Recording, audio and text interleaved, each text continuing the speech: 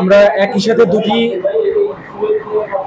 দুটি ফ্রন্টে লড়াই করছি। এক, আমাদের এই যে রিসেন্ট জুলাই বিপ্লব, যে বৈষম্য বিরোধী ছাত্র জনতার বিপ্লব, সেখানে যে অসংখ্য মানুষ আহত হয়েছেন, অসংখ্য মানুষ শহীদ হয়েছেন, তাদের সঠিক তালিকা প্রণয়ন এবং তাদের সার্বিক সহযোগিতার জন্য মন্ত্রণালয়কে আমরা যে কেন্দ্রীয় উপকমিটি সহায়তা করছি।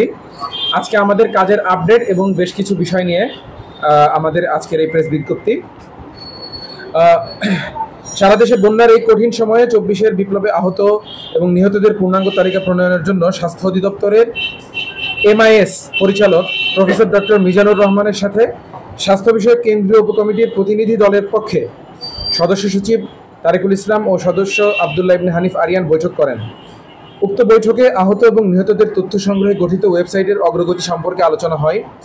এতে প্রায় সম্পূর্ণ নতুনভাবে তৈরি একটি তথ্য সংগ্রহের সিস্টেম প্রদর্শন করা হয়, যাতে হাসপাতালগুলো আহত এবং নিহতদের তথ্য আপলোড করতে পারে। তবে হাসপাতাল ছাড়াও আহত এবং নিহতদের তথ্য সংগ্রহে আমরা উপজেলা স্বাস্থ্য কর্মকর্তাদেরও তথ্য ইনপুট দেওয়ার ব্যবস্থা রাখার জন্য প্রস্তাব উত্থাপন করি, যাতে যারা হাসপাতালের লিস্টে নেই তারাও তালিকাতে অন্তর্ভুক্ত হতে পারে। এছাড়া নিকটস্থ সরকারি হাসপাতালেও প্রমাণ প্রদর্শনপূর্বক তথ্য দেওয়া যাবে, যা ভেরিফিকেশনের মাধ্যমে পরবর্তীতে ব্যবস্থা নেওয়া হবে। আমরা প্রতিটি উপজেলা ও সরকারি হাসপাতাল কেন্দ্রিক ভলান্টিয়ার টিম দেব, যা কর্তৃপক্ষের সাথে সমন্বয় করে কাজ করবে। কি পরিমাণ আহত হয়েছে তার একটি প্রাথমিক ধারণার জন্য, তুলনামূলক ধারণা পাওয়ার জন্য আমরা MIS থেকে সামারি ডেটা চাই। 16 জুলাই থেকে 5 আগস্ট এর আগের যে 20 দিনের তুলনায় সরকারি ডেটাবেজে 10,979টি কেস বেশি রেজিস্টার হয়েছে।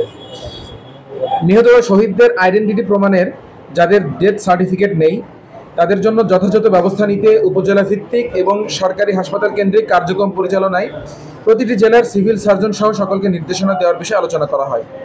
এরপর উপজেলা স্বাস্থ্য কর্মকর্তাদের কাছে আমাদের বার্তা অতি দ্রুত পৌঁছাবে। আমরা লাইন ডিরেক্টর উপজেলা হেলথ কেয়ার সোহেল মাহমুদের সাথে সরাসরি বৈঠক করি এবং সেখানে MIS এর ডেভেলপমেন্ট আমাদের স্বাস্থ্য বিষয়ে কেন্দ্রীয় উপকমিটি নিরলসভাবে কাজ করে যাচ্ছে এবং অতি দ্রুত সংশ্লিষ্ট কর্তৃপক্ষের মাধ্যমে এই বিষয়ে গণবিজ্ঞপ্তি ও প্রজ্ঞাপনের মাধ্যমে তথ্য সর্বসাধারণের কাছে পৌঁছে যাবে।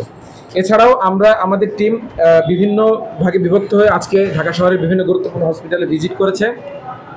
আমাদের কিছু প্রাথমিক চ্যালেঞ্জ আছে। এক, যে এইখানে আমরা যেই ডেটাগুলো পাচ্ছি রেজিস্টার থেকে, তার মধ্যে আমরা 3 ধরনের ডেটা পাচ্ছি। একটা হলো যারা এখন ভর্তি আছেন তাদের কি অবস্থা, তাদের কারোর অঙ্গহানি হতে তাদের প্রস্থেটিক বিভিন্ন লাগতে পারে, কারোর চোখ অন্ধ হয়ে গেছে, বা কারোর হচ্ছে আপনার ইমার্জেন্সি ফান্ড দরকার, বা কারোর হচ্ছে রিহ্যাবিলিটেশন প্রসেসে নিয়ে যাওয়ার দরকার।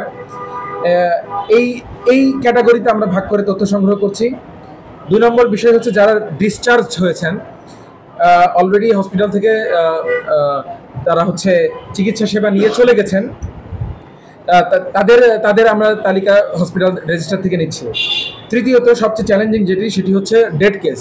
আপনারা জানেন বিগত সরকার গত 5 আগস্ট পর্যন্ত, তার পতনের আগ পর্যন্ত তারা বিভিন্নভাবে এই সংখ্যাটিকে ধামাচাপা দেওয়ার চেষ্টা করেছে। তারা কজ অফ ডেথ ম্যানিপুলেশন করেছে, তারা অনেককে ডেথ সার্টিফিকেট দেয়নি। পুলিশ এমন অভিযোগ আমরা পেয়েছি জোর করে তাদেরকে হচ্ছে কবর দিয়ে দেওয়া হয়েছে।